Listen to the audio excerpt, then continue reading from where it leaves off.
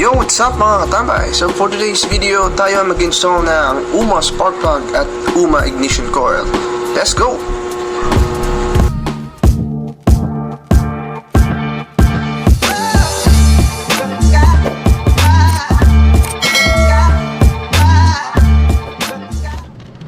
Yo, what's up? So, umpisan natin. Nakikita nyo dyan, nagtatanggal ako ng fairings. So, bali, inuna ko muna itong front right panel natin. So, no need na tanggalin yung kaliwa kasi nandito lang naman yung kailangan na ampakay natin dito. Nasa kanan naman yung ignition coil. So, yun nga, make sure nyo lang na nakatanggal lahat yung tatlong bolts na yun. So, may ilalim ng headlight, sa may mudguard, dalawa. Kasi kapag di nyo natanggal yun, isa doon, di nyo mabubulot yung fairings at saka maaaring masila yung mga clips. So, pagkatanggal nun, diretso tayo sa middle part kasi nandiyan yung palikpik. And yun, pusod muna tayo ng konti. Darating yung may-ari. So, ganun talaga, buhay na nangungupahan. Sharing kami dito sa munti naming parking lot. Nakikita nyo ang daming motor. So, yun nga, lipat muna natin yung mga gamit. Make sure na naitabi natin maayos yung fairings natin kasi ako, mahal yan.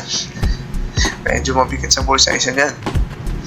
Then yun nga, pagkapwesto, balik uli sa trabaho. Ayun, tanggalin muna natin yung middle part para umpisa na natin ulit. Then taga-tsaga lang kasi medyo matigas talaga ito, lalo na pagbago. So kailangan make sure muna tanggal lahat ng clips bago siya bunutin kasi pag nabungi yan, wala nang balikan yan. Okay, usod muna ulit tayo kasi lalabas si kuya nakamotor. So ganun talaga, adjust lang muna tayo, wala pa tayong sariling parking. Then okay, back to the ball game. So ulit, pwesto lang ulit tayo. So nga pala, kaya ko pala ginawa to is to dahil nga hilig ko magkalikot ng motor or medyo nadala na kasi ako magdala sa mga mekaniko hindi ko naman nila lahat pero mayroong mga mekaniko dyan hindi maingat basta lang magawa yung trabaho, hindi nila iniingatan yung motor katulad ng pag-iingat mo. Kasi one time nagdala ako dyan, yung fairing sa left side bungi lahat ng clips. So wala naman akong magawa kasi nagawa na nandun na. Ganun talaga. So kaya ako, mas gusto ko akong gumagawa din, lalo kung ganito lang naman yung gagawin. Ito na, tinatanggal ko na yung stock na ignition coil.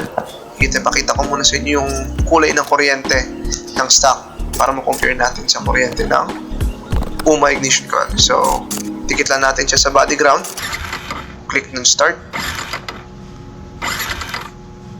Yun, kita nyo yan, orange siya or dilaw na dilaw talaga yung kuryente niya.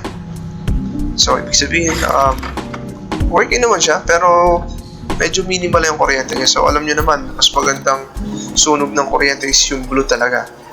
Talagang doon mo siya maximize yung power ng ignition coil. So ito na, labas na natin yung UMA racing ignition coil natin. So kaya naman akong palit nito is para ma-maximize yung power ng motor o yung kuryente niya. Then fuel efficiency na din kasi pag maganda yung sunog ng kuryente, sunog ng gas dahil yun sa magandang bigay na kuryente. Then yun nga, may mapapansin nyo, din ako nagpalit din ng spark plug kasi UMA na yung spark plug ko So pinartneran ko na lang siya ng UMA ignition coil. So kagandahan dito kay UMA ignition coil, plug and play na siya sa Sniper 155. Kung saan yung tinanggal yung stock, yun yung kakabit ito. So yun, pagkakabit natin sa body ground yung mga wires at saka yung bolts, testingan na ulit. So ganun lang ulit, dikit natin sa body ground and yun, pag click nyo na start, makikita nyo blue na blue talaga yung kuryente nya. Talagang dun yung mapapansin nyo pala sa kuryente na binibigay ng ignition coil is talagang mas iba siya sa stock. Then kagandahan na rin to sa pag DIY, natututo kayo kung paano pagkalikot ng mga motor nyo kasi hindi natin masasabi habang bumibiyahe kayo pag nasiraan kayo or na kaabiri sa daan, meron kayong mga basic na kaalaman. Hindi lang lahat iaasa sa mekaniko. So, ito na nga. Tapos na natin kabit. So, testingan na. Try natin kung ano rin motor natin. Hanapan lang natin ng magandang pupwestuhan to. So, yun na nga.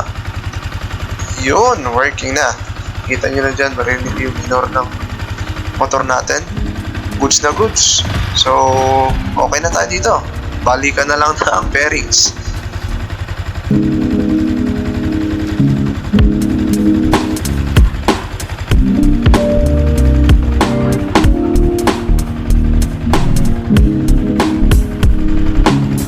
So, hanggang dito na lang muna mga tambay. Then, see you to my next video. Peace out.